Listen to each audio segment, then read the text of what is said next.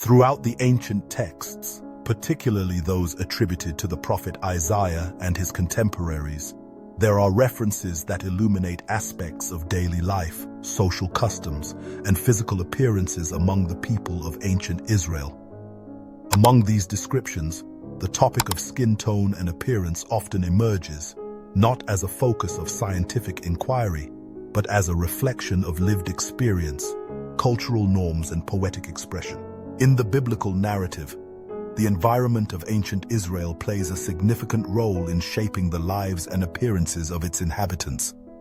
The land itself, with its arid climate, intense sun, and agricultural demands, required its people, men and women alike, to labor outdoors. This exposure to the elements is reflected in the literature and poetry of the time, where references to sun-darkened skin serve both literal and metaphorical purposes. One of the most evocative references to sun-darkened skin appears not directly from Isaiah, but from another poetic book of the Hebrew Bible, the Song of Songs. In Song of Songs 1:5-6, the female speaker declares, "I am dark, but lovely, O daughters of Jerusalem. Do not stare at me because I am dark, because the sun has gazed upon me." These verses capture not only the physical consequence of prolonged sun exposure, but also the social perceptions attached to skin tone. In the ancient Near Eastern context, lighter skin was sometimes associated with privilege and leisure, while darker skin was often the mark of those who worked outdoors. Isaiah, as a prophetic voice, does not focus explicitly on the skin color of Hebrew women, but his writings do reflect an awareness of social hierarchies, beauty standards, and the effects of hardship. In Isaiah 3, for instance, the prophet critiques the vanity and pride of the daughters of Zion, describing at length their adornments, jewelry, and finery. He warns that their luxuries will be stripped away and replaced with shame and suffering.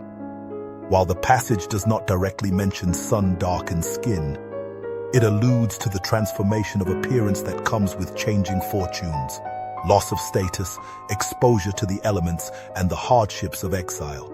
To understand the broader context, it is important to recognize the agricultural lifestyle of ancient Israelite society.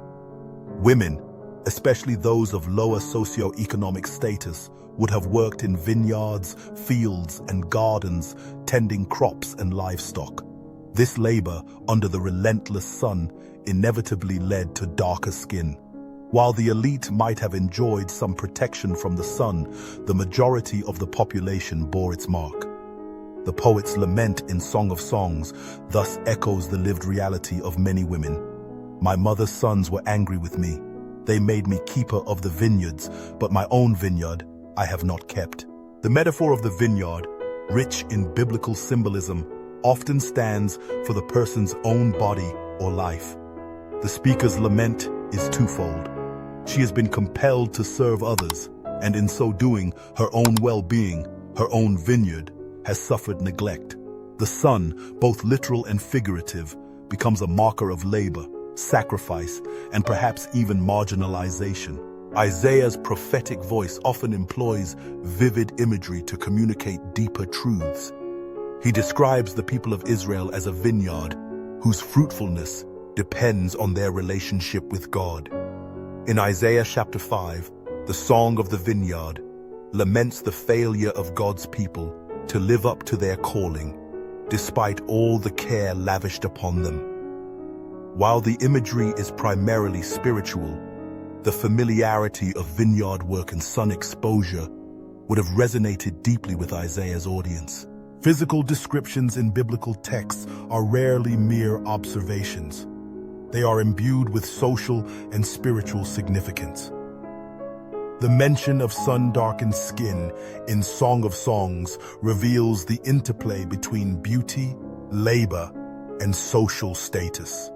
The speaker's plea, "Do not stare at me because I am dark," suggests an awareness of societal judgments, yet she asserts her own beauty and worth.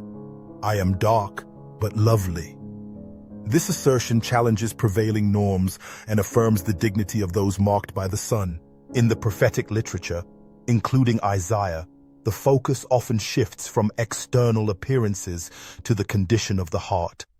Yet the realities of daily life, labor, exposure, suffering, are never far from view. When Isaiah warns of coming judgment, he speaks of the stripping away of ornaments, the stench replacing perfume, the branding replacing beauty. The loss of protective social status exposes the daughters of Zion not only to shame but to the harsh elements themselves. The wider ancient Near Eastern world held similar associations between skin color, class, and occupation. Artifacts, literature, and archaeological evidence from Egypt, Mesopotamia, and surrounding regions depict a range of skin tones, often reflecting both ethnic diversity and the effects of sun exposure. In this context, the biblical references to sun-darkened skin are not unique, but they reveal a common understanding. The land and its sun leave their mark upon those who work it. The biblical narrative, then, does not present a monolithic view of beauty or status. Instead, it reflects a dynamic interplay between cultural ideals and lived realities.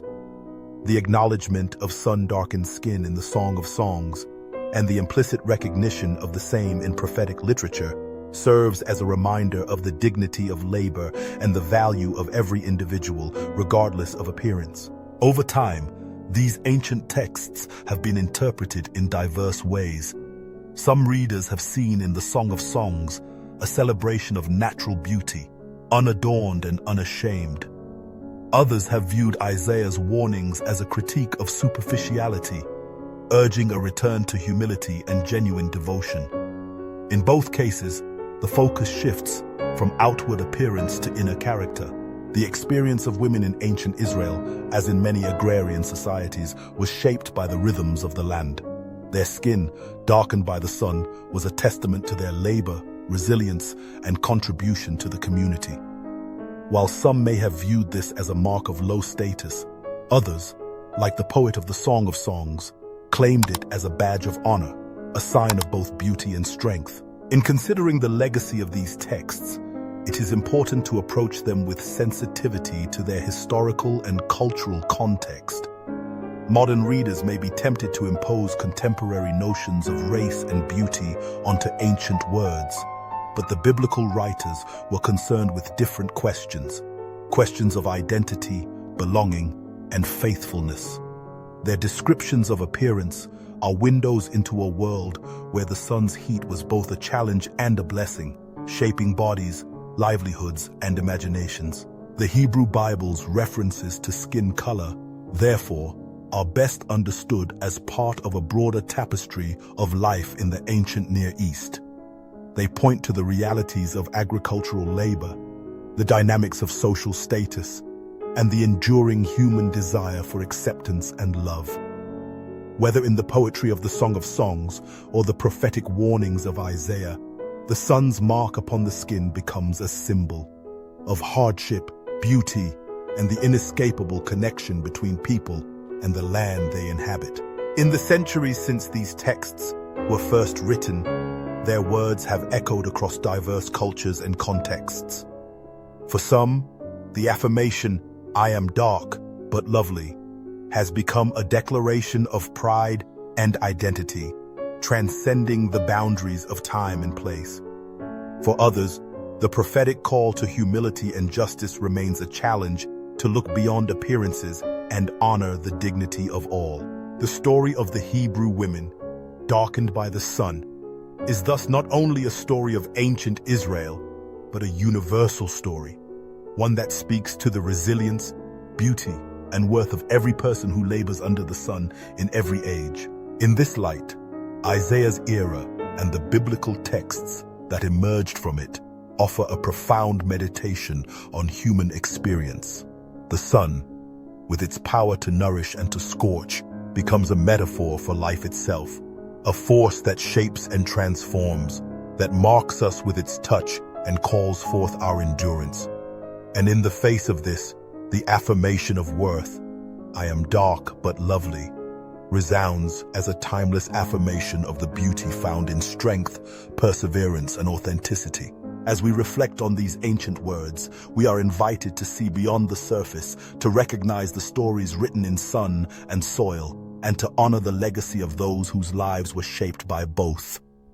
The women of ancient Israel, their skin darkened by the sun, stand as witnesses to a history of labor, love, and faith. A history that continues to inspire and challenge us today. The relationship between biblical description and historical reality is always complex, shaped by layers of interpretation, translation, and cultural change. Yet, the enduring power of these texts lies in their capacity to speak across generations, offering insight into the human condition and the world we inhabit. In the end, the image of the sun-darkened woman, whether found in Isaiah's prophecies or the poetry of the Song of Songs, remains a powerful symbol, a reminder to look with compassion and understanding upon all who bear the marks of their labor, and to affirm the beauty and dignity inherent in every life, under every sun. Through this lens, the ancient description of Hebrew women as dark-skinned from sun exposure is not merely a historical observation, but a testament to the enduring connection between people, land, and the challenges they face together. It is a story of resilience, of beauty found in unexpected places, and of the profound truth that worth is not determined by outward appearance, but by the strength and character forged in the heat of the day. As the sun rises and sets over the ancient hills of Israel, its rays continue to illuminate the stories of those who lived and loved beneath its gaze. Stories that remind us, even now, of the enduring power of the human spirit.